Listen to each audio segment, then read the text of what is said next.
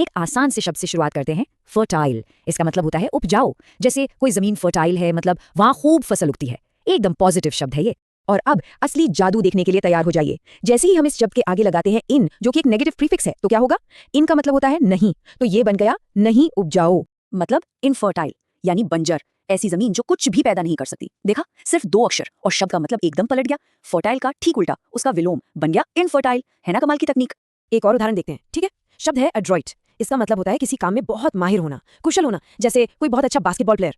लेकिन अगर इसके आगे लगा दिया मैल, जिसका मतलब होता है बुरा या खराब, तो शब्द क्या बन जाएगा? मैलेड्रॉइट, मतलब अनाड़ी, बेढंगा।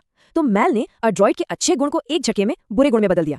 तो अभी तक हमने जो अलग अलग प्रीफिक्स देखे, अब वक्त है उन सबको एक साथ देखने का। ये रही एक तरह से मास्टर की। ये एक ऐसा चार्ट है जो हमें एक शब्द जासूस की तरह सोचने में मदद करेगा।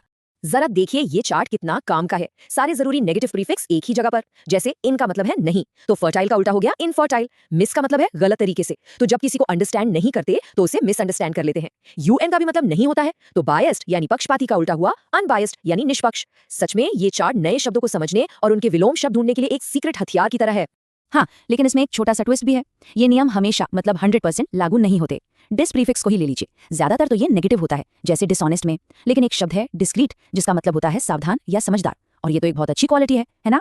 तो ये बात हमेशा ध्यान में रखनी है कि प्रीफिक्स एक बहुत अच्छा गाइड है, लेकिन शब्द का पूरा मतलब समझने के लिए आसपास के वाक्य पर भी ध्यान देना बहुत जरूरी है। अच्छा, प्रीफिक्स तो बस शुरुआत थी। शब्दों को अगर सच में समझना है ना, तो हमें उनके दिल तक पहुंचना होगा, और उसे कहते हैं रूट, यानी शब्द का मूल।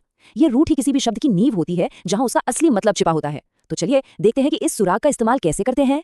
चलो, कल्प रूट का उदाहरण लेते हैं। इसका मतलब होता है दोष या अपराध। अब देखो, अगर इसके साथ हम एबल जोड़ दें, जिसका मतलब होता है लायक, तो बन गया कल्पबल, यानी दोष के लायक, या कह सकते हैं दोषी। अब असली मजा आने वाला है। अगर हम इसके शुरू में EX लगा दें, जिसका मतलब होता है बाहर, तो शब्द बनता है एक्सकल्पेट, मतलब किसी को दोष से बाहर निकालना, उसे बरी कर देना। देखा, एक ही रूट से कितने सारे शब्द समझ में आ गए।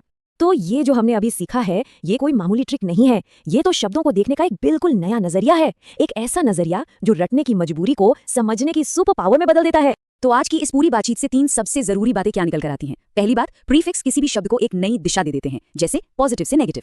दूसरी बात, रूट जो होते हैं वो शब्द के मतलब का DNA होते हैं। और तीसरी, जब हम इन दोनों को मिलाना सीख जाते हैं, तो फिर किसी भी अनजान शब्द का कोड तोड़ना मुमकिन हो जाता है। ये रटना नहीं है, ये तो शब्दों के साथ जासूसी करने जैसा है। तो अब ये कोड आपके हाथों में है। ये किसी भी मुश्किल से मुश्किल शब्द के ताले को खोलने वाली चाबी है। तो अब सवाल ये नहीं है कि डिक्शनरी से डर लगेगा, बल्कि सवाल ये है कि इस नई शक्ति का इस्तेमाल करके अगला कौन सा शब्द अनलॉक होने वाला है।